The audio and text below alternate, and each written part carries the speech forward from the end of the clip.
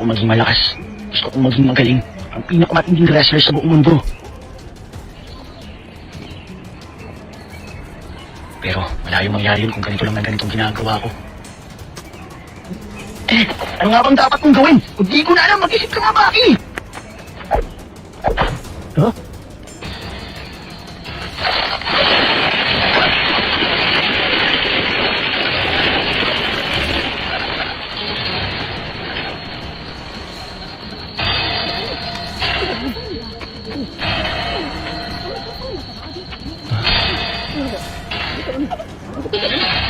Sino yun?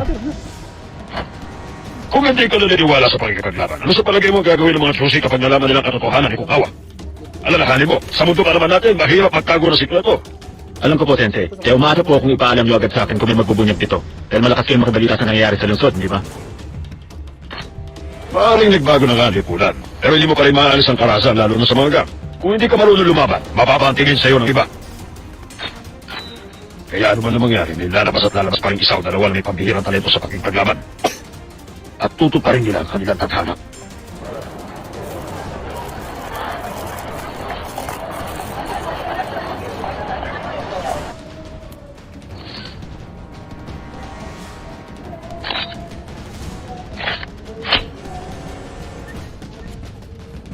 Pero iba na magiging usapan kung isa siyang Hanayama. Isang Hanayama? Huh? Ano ito? Ano ka rin dito? Baka sakaling may matutunan kayo.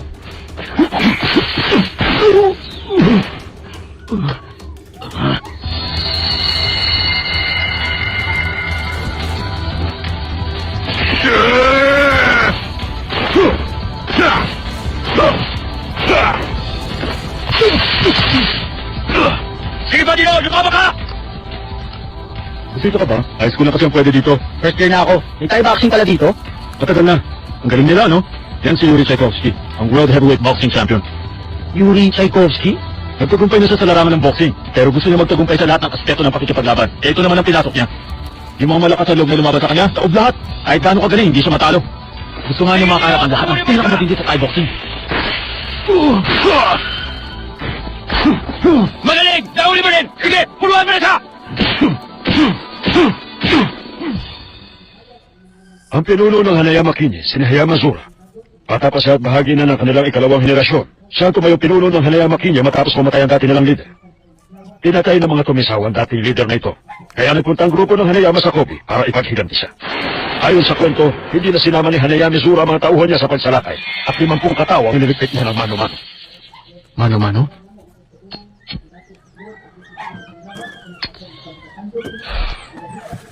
Hindi inabot ang 30 minutong pakikipaglaban niya. At higit sa lahat, ginawa ito sa kanila ng isang binatilyong 13 anyos lamang. 13 anyos lang? 2 taon na nakalipas mula na mangyari ang pagsalakay niya at ang hawak mong yan ang patuloy. Huh? Si Hanayama Zura, kung mayroong matindi sa pakikipaglaban, siya yun.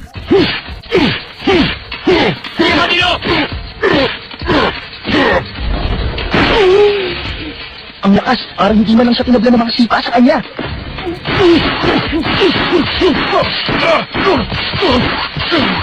Ang bilis!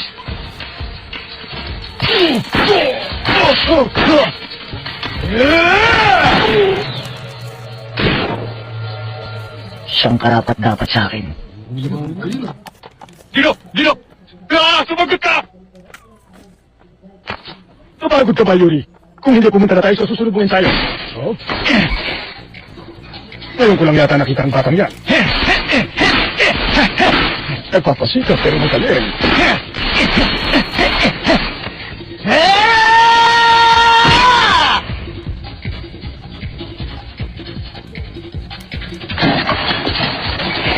Ano sa palagay mo, Yuri Tchaikovsky? Pumasok ka na sa ring. Simulan na natin.